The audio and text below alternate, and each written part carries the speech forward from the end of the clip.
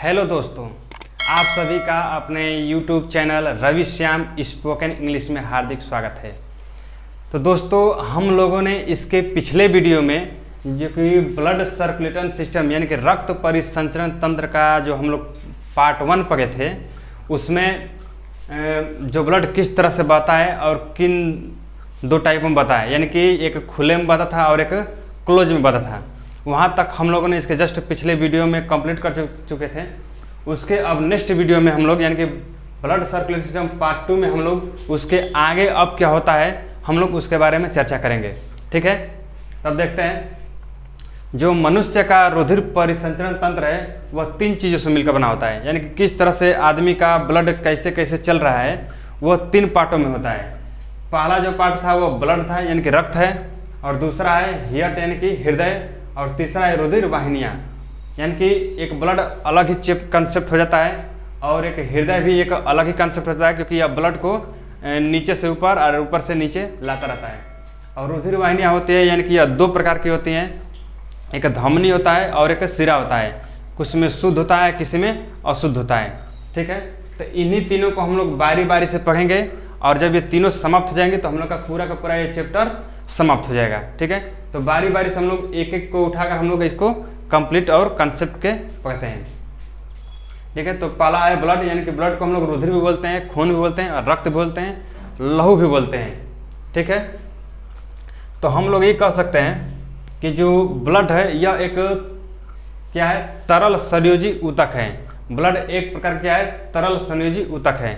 अब ये तरल क्या होता है, यानी कि जितने भी जो भी चीज़ें प्रवाहित हो, ठीक है, जो चीज़ें बहती हो, जो प्रवाहित होती हो, उसको हम लोग क्या बोलते हैं, तरल बोलते हैं। और खून भी हमारा क्या होता है, एक प्रवाहित होती रहती है, बहती रहती है, तो इसलिए हम इसको कह सकते हैं कि तरल संयोजी ऊतक। संयोजी का मतलब होता है कनेक्टेड, यानी कि एक दूसरे से यह कनेक्ट होकर बहती है। ठीक है, और ऊतक का मतलब आप लोग जानते हैं टिश्यू को बोलते हैं, यानी कि एक ही प्रकार के, यानी कि एक ही प्रकार के जो ब्लड हैं बहती हैं और कनेक्ट होकर बहती हैं। ठीक है, तो इसीलिए हम लोग इसको बोलते हैं तरल संयोजी ऊतक। ठीक है, अब इसमें यह साथ में लेकर क्या क्या बहती है, ऑक्सीजन को, मिनरल्स को, खनिज को, लौह को, ये क्या करते हैं, पूरे बॉडी में चक्कर लगाती रहती है। ठीक है, दूसरा नेक्स्ट पॉइंट है, यानी कि यह भ्रूण अवस्था में यह खून किस चीज़ से बनता है। तो पहले हम लोग ये जान लेते हैं कि भ्रूण के कितने परत होती हैं। जो छोटे छोटे बच्चे होते हैं जो अभी माँ के गर्भ में होते हैं, तो उस भ्रूण के 3 परत होती है। उन 3 परतों को, जो सबसे बाहरी परत होती है उसको हम लोग बोलते हैं एक्टोडर्म, और दूसरे जो लेयर होता है, जो दूसरी परत होती है उसको हम लोग बोलते हैं मेसोडर्म, और जो तीसरी जो अंदर की तरफ होती है उसको हम लोग बोलते हैं एक्टोडर्म। तो भ्रूण में जो होता है, जो रक्त बहता है, जो रक्त का निर्माण होता है, वह मेसोडर्म से ही होती है। ये यानी कि दूसरी परत से ही भ्रूण को रक्त मिलता रहता है, यानी कि भ्रूण में रुधिर की उत्पत्ति मेसोडर्म से होती है। ठीक है, इतनी बातें समझ में आ गई।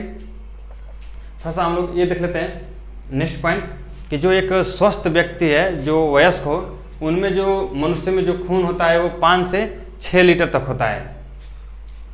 अगर पर्याप्त मात्रा हम लोग देखते हैं, यानी कि 7 से 8%, यानी कि 7.8 से या लगभग 8% तक अगर किसी व्यक्ति के बॉडी में ब्लड है तो वह पर्याप्त मात्रा है। अगर इससे थोड़ा भी कम हुआ तो हम लोग कह सकते हैं कि उसके शरीर में खून की कमी हो गई है। ठीक है, बात करते हैं ब्लड का जो pH वैल्यू होता है, यानी कि पोटेंशियल ऑफ हाइड्रोजन, जिसका मापन होता है, यानी कि ब्लड का जो pH वैल्यू होता है वो 7.4 होता है, जो एक क्षारीय प्रकृति का होता है। ठीक है, यहाँ इसको देख लेते हैं कि जो ब्लड का अध्ययन किया जाता है उसको हम लोग बोलते हैं हेमाटोलॉजी, यानी कि ब्लड का जिस शाखा में अध्ययन किया जाता है उस शाखा का नाम क्या है, हेमाटोलॉजी। का लाल रंग होता है वह हीमोग्लोबिन के कारण होता है। ठीक है, यानी कि जो ब्लड का जो लाल रंग होता है वो हीमोग्लोबिन के कारण होता है। हीमोग्लोबिन को हम लोग क्या कहते हैं, श्वसन वर्ग कहते हैं, क्योंकि यह जैसे जैसे घूमता रहता है यह अपने साथ ऑक्सीजन को लेकर घूमता रहता है, जिससे हम लोग को ऑक्सीजन यानी कि सांस हम लोग लेते रहते हैं। ठीक है, हीमोग्लोबिन का जो रंग होता है वो पर्सनली इसका जो रंग होता है वो हल्का बैगनी कलर का होता है। और यहाँ देखते हैं हम लोग कि हीमोग्लोबिन जो होता है यह एक जटिल प्रोटीन होता है। जटिल प्रोटीन हम लोग उसको बोलते हैं, जो इसका एक छोटा जो अंग होता है एक बड़े अंग के साथ यह जुड़ जाता है, तो यह क्या होता है, एक जटिल प्रोटीन बना लेता है। और जटिल प्रोटीन में यह 2 तरह का होता है, एक हीमोग्लोबिन में एक हीम वाला हीम बोलते हैं या तो हीमेटिन बोलेंगे इसको, और दूसरा जो होता है ग्लोबिन होता है। यानी कि ग्लोबिन को हम लोग कह सकते हैं, ग्लोबिन क्या है, एक प्रकार की एक प्रोटीन होती है। हीम या हीमेटिन जो भाग होता है इसका मेन काम ये होता है कि यह रंग देता है कि यह किस कलर का होना चाहिए। ठीक, यहाँ देख लेते हैं कि हीमोग्लोबिन में आयरन पाया जाता है, आयरन धातु पाई जाती है, और यह किस अवस्था में पाई जाती है। तो हम ये देखते हैं कि आयरन की जो अवस्थाएं होती है वो दो टाइप की अवस्थाएं होती है। एक होता है फेरस यानी कि यह Fe2+, और एक होता है फेरिक। तो इन दोनों अवस्थाओं में से हीमोग्लोबिन में जो आयरन पाया जाता है वह फेरस की अवस्था में पाया जाता है, यानी कि यह Fe+2, यानी कि आयरन की जो संयोजकता 2 होती है उसको बोलते हैं फेरस, और फेरस की जो अवस्था होती है वो हीमोग्लोबिन में पाया जाता है। आगे देखते हैं कि जो बॉडी में जो ब्लड बहता है वो दो टाइप का बहता है, एक शुद्ध रुधिर बहता है और एक जो होता है वो एक अशुद्ध रुधिर बहता है। शुद्ध रुधिर को हम लोग बोलते हैं प्योर और अशुद्ध को बोलते हैं इम्प्योर ब्लड। ठीक है, अब इसमें देख लेते हैं कि शुद्ध रुधिर हम लोग किसे कहेंगे। तो शुद्ध रुधिर उसी को कहते हैं कि जिस रुधिर में ऑक्सीजन की जो मात्रा वो घुली रहती है उसी को हम लोग शुद्ध रुधिर बोलते हैं। इसको ऑक्सीजन जनित रुधिर भी बोलते हैं। ठीक है, तो इसी को हम लोग शुद्ध रुधिर कहेंगे, जिसमें सीधा सीधा हम लोग ऐसे भी कह सकते हैं कि जिस रुधिर में ऑक्सीजन है वह शुद्ध है, और जिसमें ऑक्सीजन नहीं है, ऑक्सीजन के जगह पे कोई और गैस हो गई, उसको हम लोग अशुद्ध रुधिर बोलते हैं। ठीक है, यानी कि इसमें ऑक्सीजन की जो मात्रा होती है वो नहीं घुली रहती है, जिसको हम लोग हिंदी में विऑक्सीजनित रुधिर भी बोलते हैं। तो यहाँ पे हम लोग इसके नेक्स्ट पॉइंट में हम लोग देख लेते हैं कि यदि हीमोग्लोबिन के साथ, हीमोग्लोबिन को हम लोग ने यहाँ डिटेल में देख चुके हैं, इसके हम देख लेते हैं यहाँ पे कि यदि हीमोग्लोबिन के साथ ऑक्सीजन के साथ अगर ऑक्सीजन मिल जाता है तो उसको हम लोग कहेंगे ऑक्सी हीमोग्लोबिन कहेंगे। यानी कि हीमोग्लोबिन के साथ अगर ऑक्सीजन जुड़ जाता है उसको हम लोग कहेंगे ऑक्सी हीमोग्लोबिन। ठीक है, तो Hb+O2 इसको रासायनिक क्रिया के रूप में इस तरह से हम लोग इसको लिख सकते हैं, Hb+O2 एरो के बना के उसके बाद HbO2 इस तरह रासायनिक क्रिया में लिख सकते हैं। और जिस हीमोग्लोबिन के साथ अगर ऑक्सीजन जुड़ जाए तो ऑक्सीजनित हीमोग्लोबिन कहते हैं, और इसका जो रंग होता है वह लाल होता है। ठीक है, इसका जो रंग होता है लाल होता है, और ये क्या होगा, शुद्ध रुधिर होगा।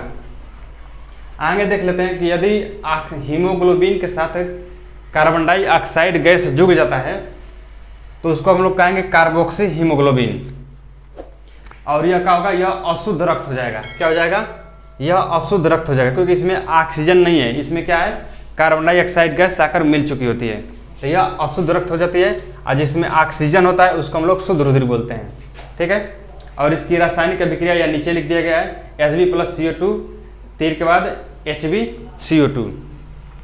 यहाँ पे हम लोग देख लेते हैं कि यदि हीमोग्लोबिन के साथ कार्बन मोनो, इसको हम लोग बोलते हैं कार्बन मोनोडाइऑक्साइड, अगर हीमोग्लोबिन के साथ कार्बन मोनोऑक्साइड गैस जुड़ जाती है तो इसको हम लोग बोलते हैं कार्बन मोनो हीमोग्लोबिन। ठीक है, अब ये कार्बन मोनो जो होता है यह एक दम घोटू गैस होता है। क्या होता है, दम घोटू गैस, इसको CO को बोलते हैं। यानी कि अगर बंद कमरे में कोई कोयला या अंगीठी जला दें और टाइम पर अगर दरवाज़ा कोई ना खोले तो हम लोग का हालत तो वैसे हो जाए कि हम लोग खड़े होकर दरवाजे भी नहीं खोल सकते हैं।